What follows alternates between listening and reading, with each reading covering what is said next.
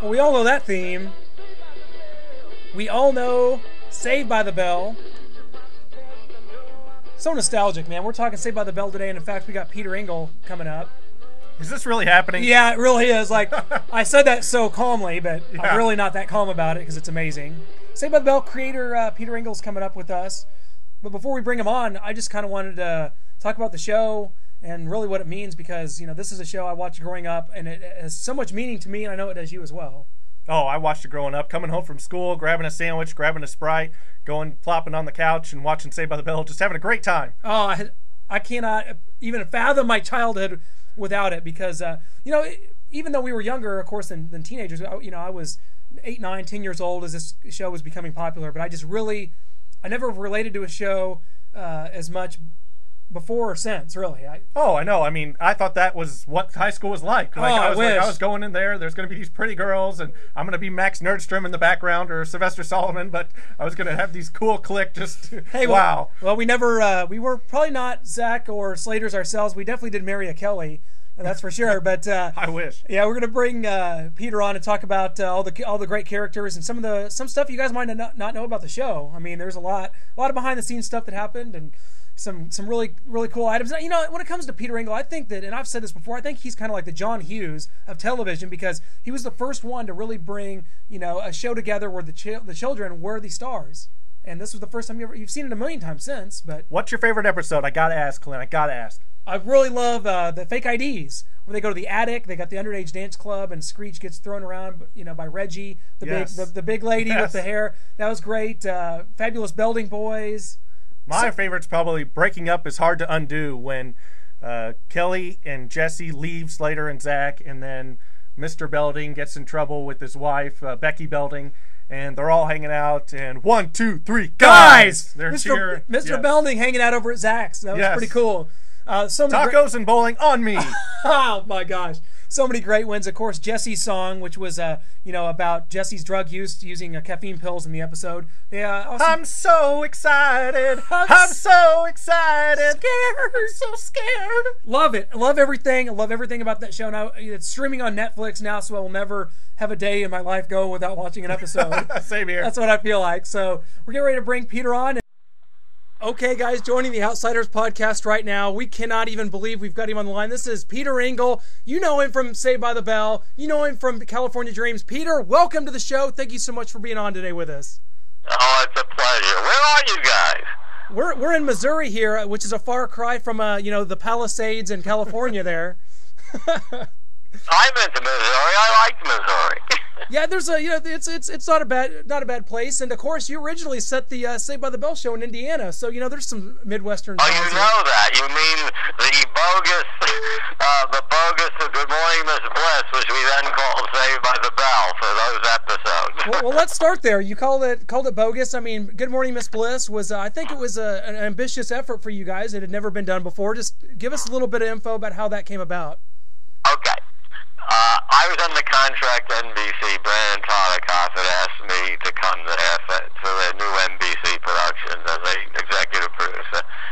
And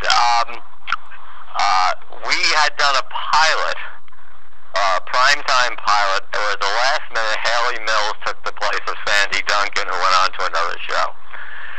And it was based on Brandon Todikoff's 6th grade teacher, Miss Bliss.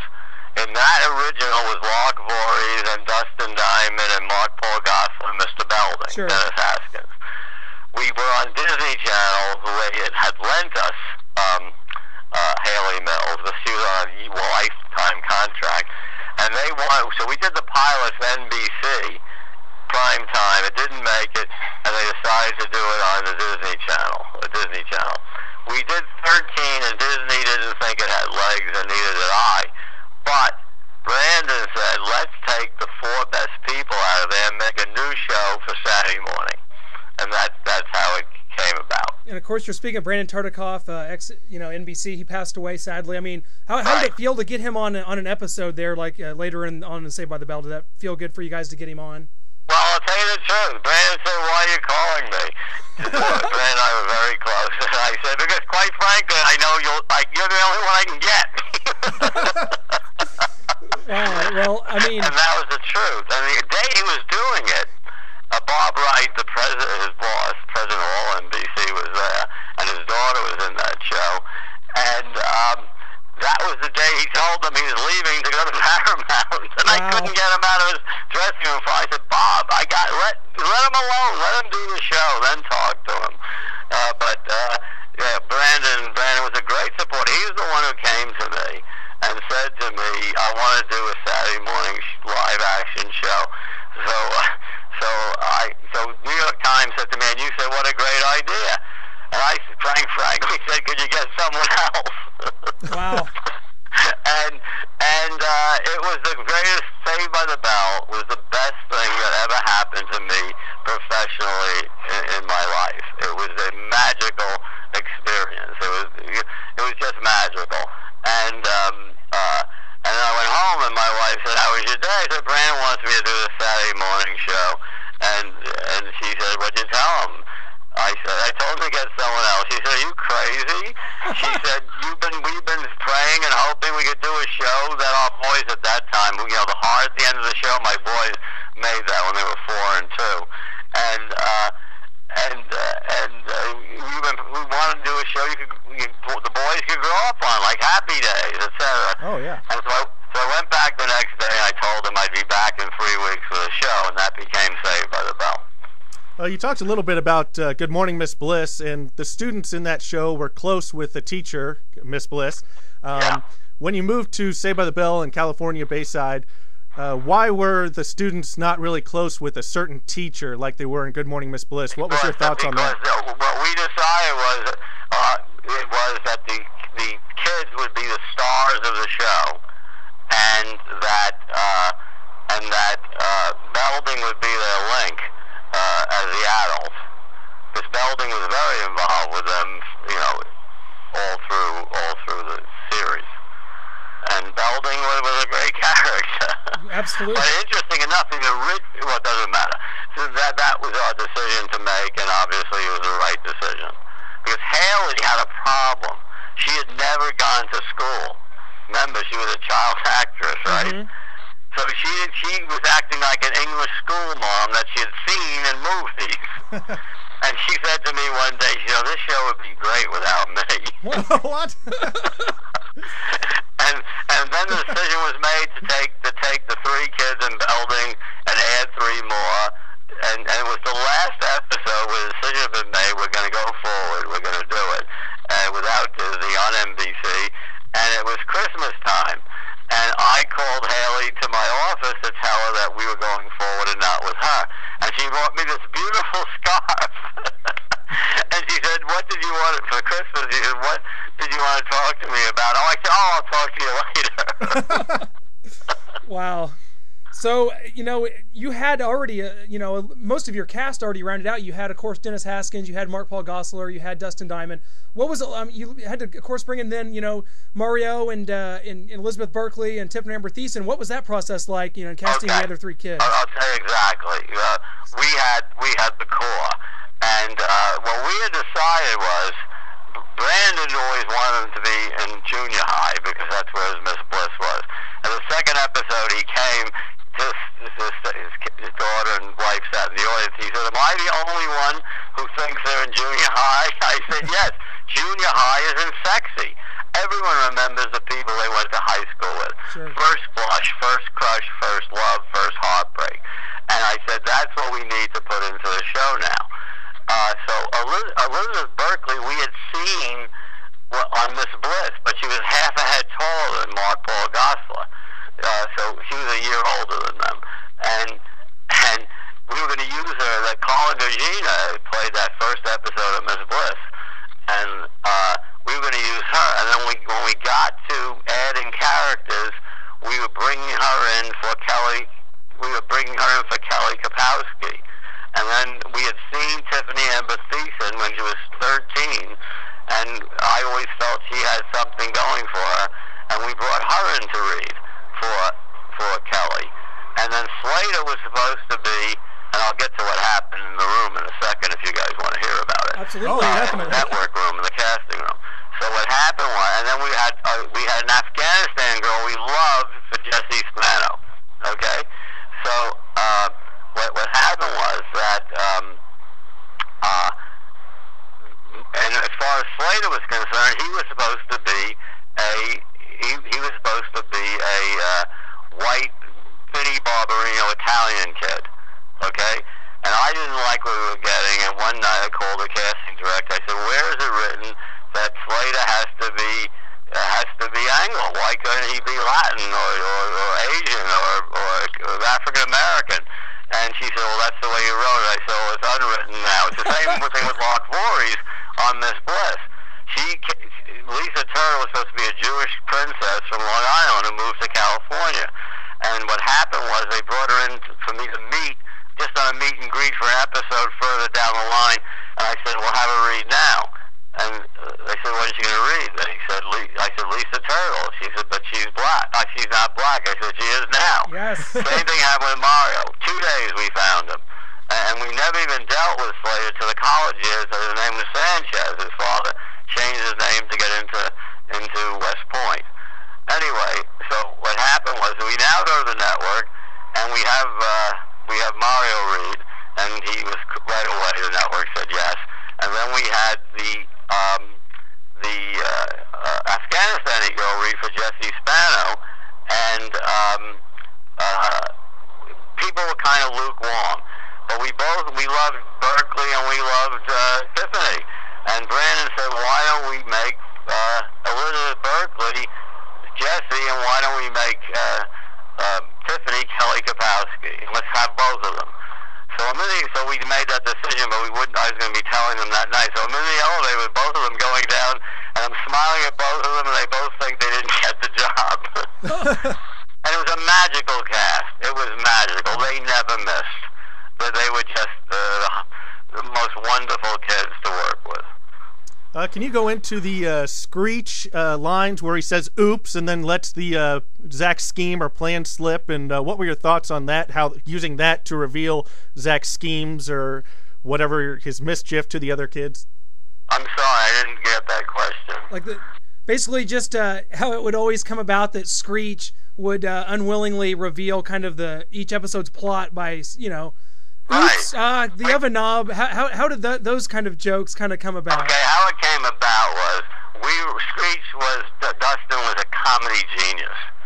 He was a genius in school also. And I realized that he was like a secret weapon. Whenever a scene was flat, I'd send Screech in. The girls in the locker room were never particularly funny, for instance, but we needed it for the stories and the girls in the locker room. And if the scene was flat, we sent him in as Barbara Bush. We sent him in as Sinead O'Connor. Yes. Of course, we would always put him in one of the lockers. That was our secret weapon, to have him revealed. And when he got hit by lightning, the young kids in America, because we didn't know we had all the teens and tweens yet. We actually invented the word tweens. When he fell out of the window or he got hit by lightning, he was like having a cartoon character. And he was golden. You could use him for anything. And he was a great way to move the story because he would be the unwilling... Remember when we put him in the filing cabinet in Belding's office? Did you ever see that one? Oh, yeah. We've seen them all. Okay, so he was like a secret weapon. It reminded me of Laverne and Shirley, where Squiggy and Lenny, they would say, "What moron can we get to do this?" and knock on the door. "Hello." You always knew that Screech would give you gold. And he was a bit younger. I mean, talk about how did that come about? He was only 11. Yeah. What happened was, I read it. They give on their resume that says date of birth. So we were casting in the summer, and I said his birthday was in January, and you're looking at it quickly. So I said, all right, he's going to be 13, and the other kids are 14, and Elizabeth is 15, or whatever it was, right? So we hired him. The second episode, I went to Mark Paul Gosselaar. I said, "What's with Dustin?" And he's like a kid. And he said to me, "He's only 11." I said, "What? He's only 11?" I said, I never would have hired him because I knew he was 11. And he was with me 11 years. He was assistant principal when he hadn't even graduated high school yet. In real life. He was 22 when we finished.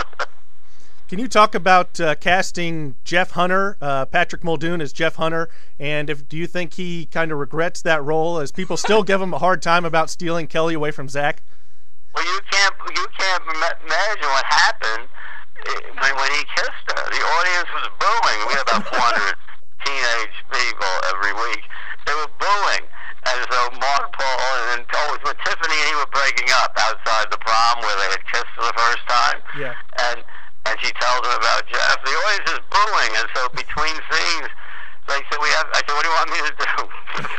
Make you back together again in this episode? Yes. That how much influence? I mean, you had a host of writers, great talented people. Did you have to go through each episode and kind of okay it, or did you leave it up to your writers to do a lot of those episodes? No. I was totally hands-on. Sure. With Bell. I wrote 11 of the first 100 with Tom Tenowich. But I was in the room. Of course, after that we had California Dreams and then another show, and then I couldn't be there all the time. But for the original Bell, I was totally, on every of the shows, even when we had 6 shows shooting at the same time, I read every script and every outline and approved everything. And every casting I was always there for. But on Bell, I was totally hands-on. And it was a great adventure. The kids were just great, and their parents were great. They always put the show first. And of course, the highlight was going to Hawaii. I mean, that was like the whole family. We took parents and school teachers, and everyone to Hawaii. The Hawaii movie was the most fun I've ever had in my business. Oh wow! Can you talk about the Tori episodes and where Kelly and Jesse are supposed to be during those? Okay, we had a problem. What happened was we were supposed to finish. We had already shot the graduation, and that was supposed to be the end. We were supposed to end and not do another season, right? Uh-huh. And there was already talk about the colleges, which never was quite right. But anyway, so we shot the graduation, but Tiffany had an offer to go with Aaron Spelling for 90210, and Elizabeth, I didn't know it was going to be Showgirls, wanted to do movies. So we didn't re-sign them because we couldn't re-sign them, okay? So what we did was we had to hold so of course there's hysterical crying because in the graduation they're all leaving, but when we shot it was only that Kelly and Elizabeth were leaving. So I said, well, I just don't want to make believe they've gone. So we held a few episodes, and then we brought Tori in. We still make believe Jesse was on the phone from Washington or somewhere. We just didn't want to, because we wanted to keep the impact of the graduation. If they had been gone, it would not have an impact. So we made believe they were just away. For 11 or 12 episodes. And Tori came in because we had to have somebody come in. Well, but the truth of the matter was never known, is they were never there. Yeah, we always would say that Kelly and Jesse are there. They're just in another room or something. So we pretend they're still there. I remember there was a long distance call from Tiffany. She was in a volleyball tournament in South America or somewhere. Yeah, modeling in Paris, perhaps. I mean, right? Yeah. But of course, then you go into the college years, and I actually really enjoyed that first season. And how did the only season, of course. But what was your plans from that? Did you plan on going further with that? Yeah, what happened was when we did the Hawaii movie, we were done, okay? And what happened was we were doing the concept testing on Bell to see if there could be something else. And one of the girls, you're looking through the glass, they can't see you, and the concept testing said, why did you just send them off to college? And John Miller, who ran the whole day part, went running down the hall to Don Omar and said, why don't we do a primetime pilot to send them to college? So that's how that came about. But we were in a terrible time period. we were against Full House, which already had been there for 6 or 7 years, and something else on CBS, which had been there for 6 or 7 years. And I said, you can't put us on Tuesday night. I said, you know, we were going against ourselves in the audience. But they did, because they were desperate in those days. And we did I think, about 20 of them, and they were okay. We started off great. First couple of weeks, we beat, and then we just kind of fell off. And it was about ratings. It was all about that. Well, and going back to the, you know, original Saved by the Bell, we always talk about, you know, continuity between episodes. Was that a difficult thing for you, because there was a lot of characters that showed up and then never returned, like Eric Tramer and a couple other, you know, Slater's girlfriend in the beach episodes. Denise Richards, I believe, was. Oh, and what's her name? Stacy Carosi at the beach. The Leona beach Creel. was also fabulous, guys. Let me tell you something. I now live on Santa Monica, overlooking the world, and I can see the beach club where we shot. Oh, was Mr. Carosi still there? Malibu Sands, how's it going? The Malibu Sands. Now, Beverly Hills 902 also shot there that summer. We were green and white. They were pink and green, and they were the Beverly Hills Beach Club. Wow. And people don't realize we both use the same place. That was also one of the great times. It was like going on vacation, because most of the kids lived down here while we were shooting there. I remember I went ATM driving one night, racing Mothball Gosler. that turned into an episode. Drove right into the ocean. that turned into an episode, I guess. Yeah, you had Craig Strand. Yes. Right. Yeah. And Stacy Carosi. Stacy, yeah, I think she won it. Well, I'll tell you what. Talk about, you know, because Mark Paul, you had such young kids. Was it a challenge keeping them? Because I know a lot of them dated on set. Was that? I knew you were going to get to that. Okay. Yes, they dated, and then it was terrible when they broke up because they had to play boyfriend and girlfriend, perhaps on camera. Yes. And it got bad where it turned one night into cliques. Tiffany at that time is now with Mark Paul, okay? And I had to, it was almost like I had to have a session with them. Guys, you can't, it's hard to be in love off camera and be against each other on camera and vice versa. But they did date each other. And remember in Palm Desert when Kelly and Zach got back together, Rover and Terry? Yeah. Yeah, Palm Desert. That was the same week she and Mario came off the road from the mall tours and were together. Oh, my. She dated Johnny Dakota, too, right? Johnny Dakota was a real boyfriend. Right, yeah. Yeah, he was a real boyfriend, and we used him in that episode. Then, when we came to the beach, Mark Paul and her fell in love. Everybody dated everyone else except Screech. Poor guy, poor Dustin Diamond. Peter, what would it take to get this group back and to do a reunion? And how would you write one if you were to do it? They won't do it. They will not do it? It's been tried, but they won't do it. And they won't. If you notice, Screech was not on the cover of People magazine in the 20th anniversary. Remember that? Yeah. We think Jimmy Fallon. There's something between him and the rest of them, and I don't want to go into that. Oh yeah, and that happens. People grow up, and people have. But I mean, the truth of it is, you cannot ever underestimate the magical value of the show as it was. Many people's favorite show of all time. Of course, you worked on California Dreams as well. Was California Dreams as gratifying for you as Saved by the Bell, or was it just the next logical step? Well, what happened was they wanted. Well, we ended up with the whole Saturday morning schedule, if you remember. New Class, Cal Dreams, Hang Time, City Guys, and All About Us in One World. What happened was, I always wanted to do a garage band. We wrote 58 original songs. It was always a stepchild to Bell, unfortunately.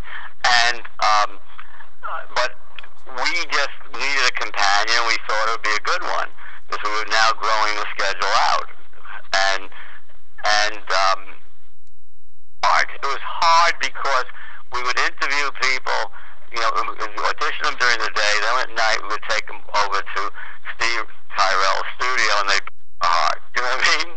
But they really had thing. and we were so hell-bent on them singing that I felt the first year was a disaster. And if you remember, we got rid of most of the cast for the second year. And we kept doing it and doing it and doing it. It didn't have the magic. The night before we started Shoot Bell, remember, I had a chipmunk as a lead-in. I was against a dog, a rabbit, and a raisin. Yes. And we didn't know if anyone would even find us, even though we actually premiered in prime time the first 3 episodes. In the summer, just before we went to the 4th week, was Saturday morning, which is a great Brandon Tartikoff idea, because we got sampled by so many people. And but I knew the first night I saw them all together that they were magic. I didn't know if anyone was going to watch us, and what happened was the reviews were scathing. New York, San Francisco, all the hip places were scathing. And then some reporter called me from Atlanta. He said, I know you're getting skewered for being so wholesome, but hang in there. My kids love your show. Then Chicago came in with their reviews, and all of a sudden the whole thing turned around. And by the end of the first year, we had more teenage girls than the Cosby Show had in prime time.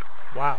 50%, and that's when we discovered teen television. That's when we invented the name tweens, because the research people said we would fail. It was screaming at them. I wouldn't have put on Friends. It wasn't Friends. It was before Friends. I wouldn't have put on whatever. And 2 weeks in, they came out the press spreadsheets that we had hit an audience that had never been identified before, 12 to 17, tweens and teens. Oh, and then once we knew that, we just ran with it all the way. I think they were Zach... magical. It was interesting because when that audience showed up, they never, ever missed, ever, in 5 years. Oh, wow, definitely. I think Zach Morris's garage was the same as Matt Garrison's garage. Is that true? I don't think so. You mean Friends Forever? No, the garage, I think it was Lisa's mother's car yeah, that's right. during the drunk driving episode. Well, whose garage did they play in when they were the band Zack Attack? Whose garage was that? I think that might have just been a random garage. But when they had gotten drunk, that was Lisa's garage. Yeah, that was how was that? No, it was Zach's garage. Yeah, you're right. It was Zach's garage. Because Zach's dad had to call Lisa's mom. But was that a tough episode to write? Because I mean, you had never really delved into the drugs, the caffeine pills with Jesse, but this was drunk driving, and a very serious issue for Saved by the Bell. Was that tough? Actually, it wasn't. It was a tough line because the whole concept of Saved by the Bell was a week in the life of. And when the bell rang, Monday morning till it bang. And the first year we never went on weekends and places, if you remember.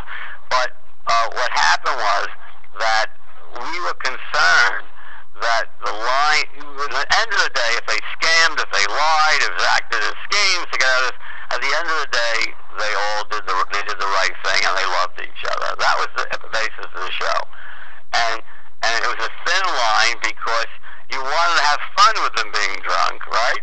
Yes. It would be funny, but at the same time, you didn't want to glorify it. Yeah. And you want to tell every show is a morality tale. If they don't do anything wrong, there's no lesson to be learned. And it was a very hard, yes, you're right, it was very difficult because when we got to the toga party, it was so funny and so terrific that we had to pull it back. We had the same problem on City Guys years later. Can you talk about your cameo in the Palm Springs episode on the golf course? Yes. Me, Murray, when I make the shot, you'll owe me $1,000. Yes. That's great. You missed that Murray, shot. What happened was, it was so hot in Palm Desert. I mean, it was 105 like a notch. So we're shooting at like 8 in the morning. And it was so hot. I looked at Don Barnett, my friend, and I said, you got 2 takes. And the guys had written it. I didn't write that one. The guys had written it, and they asked me if I may play Murray. I said, of course. Play the golf. I said, of course. Just so many And then, of great course, memories. I was supposed to dig up the green with my, but I had to fake it because they didn't want us to dig up the green. And then Jesse came flying by. When Jesse came flying by with Zach, I mean that show. We did everything in that show. Yeah, I mean, you got so much action. I mean, a lot of my favorite episodes are ones where they differ outside of the normal sets that we saw, the Max, the hallway. But for instance, the attic, one of my favorite episodes of all time. You did a really good commentary on that episode, I believe, on the DVDs. Do you remember? I mean, where would you shoot an episode like the attic and get an additional set for something like that? Or the mall, right? Or the mall. I don't the mall. remember, Yeah, I don't that remember the attic. I'm embarrassed right now. Yeah. The attic where they go and Reggie with the big hair and she dances with Screech. They call him Don. He's got the beard, and Jeff is there. They find out Jeff's cheating on Kelly with another girl. Yeah. We built sets. We had more sets than anybody ever had on our show. Wow. Because remember, most sitcoms only have first and second act of maybe 3 scenes each. We had decided, because we were going against cartoons early on, that no scene would last more than 2.5 pages. So most shows have maybe 6. We used to have 12, 13 sets, 14, 15 scenes. Then as they got older, and we did less, but still more than anyone else. We built that. For instance, the mall, we just took out the original sets and built the mall. So most of those were shot, they weren't shot on location except for Palm Desert and the Beach Club. We built the sets right in the Stage 9 and NBC. Can you talk about some of the teachers you got? Some great actors, Mr. Tuttle, Mr. Dewey, Miss Simpson. Mr. Dewey. Yes. Miss Culpepper, and I believe Screech is dead. The lady you couldn't hear. What was her name? The lady you couldn't hear. Miss Simpson. Yeah, Miss Simpson. Yeah, she was great. She was great. The teachers were great comic relief. But remember, this was the first show that was done with the teenagers as the stars.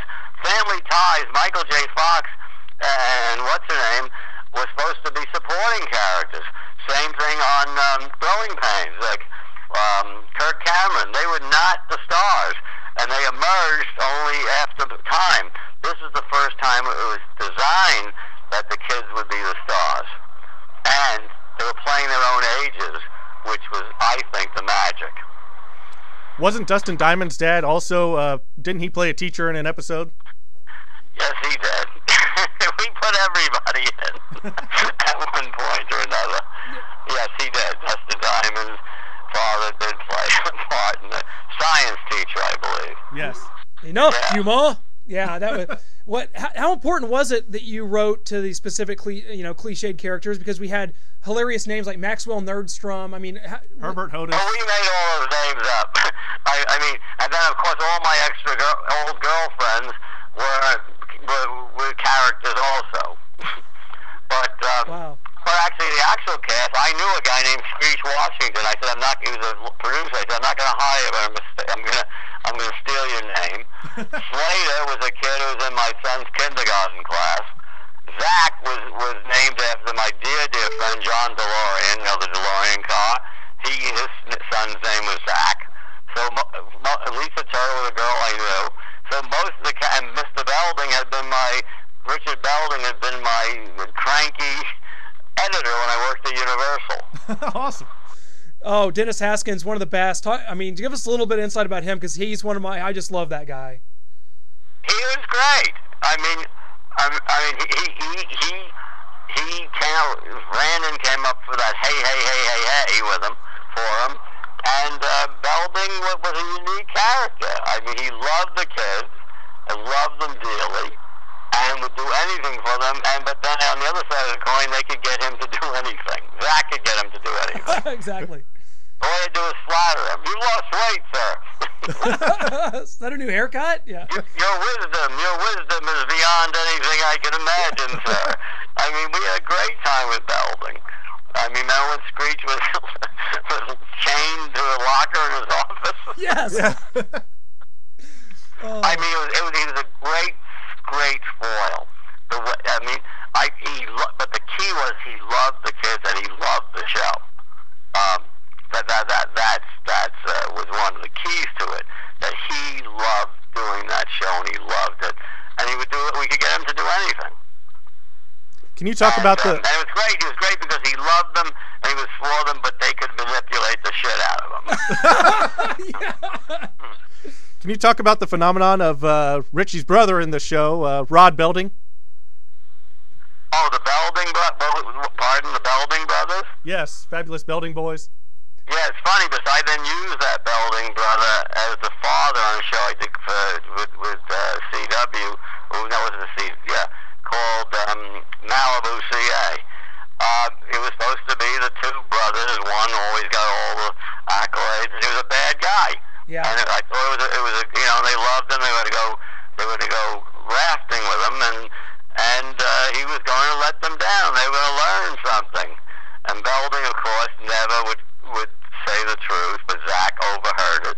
How do I remember these things? I did them over 20 years ago. That's what's great about him. I mean, I think Mr. Richie Belding established himself as a sentimental character in that episode when the kids kind of dumped him to want to go on the raft with Rod. Right. And he kind of dumps the pamphlets into the trash can for his trip he had planned. I remember that being a really powerful Yosemite. That was a really powerful moment.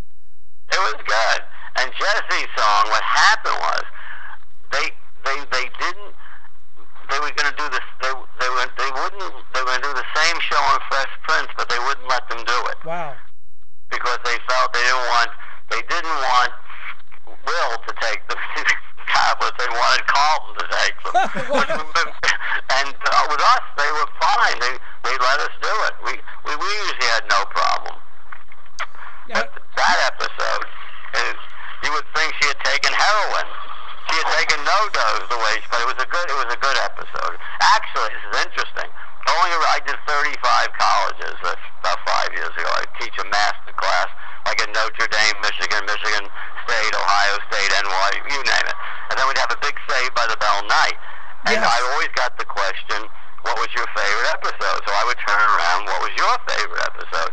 And amazingly, Jesse's song was the favorite, and my daughter's favorite episode was Jesse's song. In fact, she was in Zack Attack. Zack, will you sign my hand? That's right. That was my daughter. That was Lauren. And Jesse's song, when I would go around the colleges, I turned the question. It turned out that that was the favorite episode of most of the people. Yeah, it has lasting impact. People still talk about that one, but my goodness, there's so many to pick from. My opinion. My favorite, I think, was Risky Business with Max von Nordstrom when Screech's parents went to Graceland. Oh, House Party, yeah. Yeah. That's where we introduced Tori Spelling. Yeah, that was the Risky Business scene with them playing Barbara Ann. That was. Yeah, wasn't that great? Doing the Risky Business with the air guitar, with the brooms. That was cool. Yeah, in my opinion, season 2 really started it. They kind of moved away from some of the silly hijinks from their freshman year, and the episodes really picked up. I mean, Zach's War was amazing. That one, Running Zach, where the Indian chief comes back. Those were really, to me, the foundation of what made the show amazing. Well, we found we hit our stride. Yeah. You know, we hit it, and we understood who was what and who could do what, and we stretched them within their boundaries. And of course, Zach was the glue to the camera. He would meet with me. They would go to school from 8 to almost noon Mondays, and we had our own schoolroom up in our where our offices were above the studio, and he would come to me. And no one knew this ever, and meet with me at 10 of 12. The table reading was at 12, and we would go over to the TTCs, to the camera. Yeah, wow. And he would set the whole stage for what, of course, he could stop time, he could talk to the camera, all those cool things. And our fantasies were great. But they were magical. You know, people talk about television, and yes, we love to think we're great producers and writers, but the truth of the matter, it's all casting. I mean, that cast was magic. I mean, they never ever missed. Can you talk about James? I believe there was an episode about the SAT. Zach gets 1,502. Mr. Belding gives him too much homework, so Zach gets James to come in and try and lighten his homework load. I believe he's wearing a fake beard, and it comes falling off, and then Zach breaks character and he's laughing. He was great. He was great. But you're talking about Yeah, and I think Zach kind of breaks character as James's beard falls off. Yeah, we struggle with. He was from Stanford or whatever we call it. Stansbury. Yeah. Stansbury. Yeah. Yes, that was terrific. But that was great. That was quintessential Zach. Peter, we could talk to you for the next 2 hours. You are the man. But before we let you go, you got to let us know what you're up to now. Some shows that we can look forward to seeing you. And I believe you have a show coming up on E! Okay. Of course, I did Last Comic Standing for 7 years, and Great that show. may again come back. It's a show that never dies. You familiar with Last Comic Standing? Oh, definitely. We love it. Okay, right now we're premiering in January on E! With a show called Chasing the Saturdays. The Saturdays are 5 hot girls, the biggest rock group in London, and they have sold 3 million records there. And it's a story of them coming to America. This is it. If you make it here, you can make it anywhere. And it's following them as they come to America and break their single, and it's following the group as they break America, and hopefully they will. Oh. And the single will come out in January, several weeks before we go on the air. They broke it last week in London, which we went and shot. And the girls are fabulous. They're the best girls ever. And this was an idea I had when I was doing California Dreams. Wouldn't it be great to have a real group? And we looked for these girls for 5 years, and we found them. Wow. And so that comes on in January on E! Right now I'm writing my book called I Was Saved by the Bell, Stories of Television and such. Wow. And I'm picking my spots now. I'm not hands-on like I used to be, but it's still fun. It's still this is my 16th series. Yeah, I think you've earned the right to pick your spots now, Peter. Yes. You've been around a while. You've done a lot of great things, and I'll tell you what, we will definitely be looking for the new show coming up. Definitely looking forward to the book. We'll look forward to some dirt maybe in that. But hey, we cannot thank you No, I enough. won't put the dirt in. I gave you the big dirt. I almost got. It's not that. That actually is only one chapter in the book. Oh, well, it's 2 chapters So yeah, actually. this was a teaser right here, guys. Read the rest if you want to read. If you want to hear the rest, read the book, as they say. Well, I love talking to you guys. Keep up whatever you're doing. I wish you well. Hey, Peter, thanks so much. You are the man. We will look forward and following your work from here on out. Thanks a lot. Thank you. Bye. Appreciate it. Take care, Peter. Thanks. And guys, that was Peter Engel. Cannot thank him enough for being on because This means more to us than he will ever know. I mean, this was huge, exciting. This was a dream come true for us. I had a smile on my face the whole time I was talking to him. I couldn't believe it. I mean, I was like shaking a little bit, like, oh my God, Peter Engel's on the line. We're talking to the actual creator of Saved by the Bell, about Saved by the Bell, and I don't know how I even was able to come up with questions because he's just such a great guy. Can't thank him enough for being on, and look for his new show coming up on E! And just he's just. Like he said, he can pick and choose his stuff now. He's done so much for television. California Dreams, Saved by the Bell, you talked about him. He's earned a break. He's earned a rest. He can do whatever he wants, whenever he wants. A great man, great storyteller, and we just thank him so much for being on.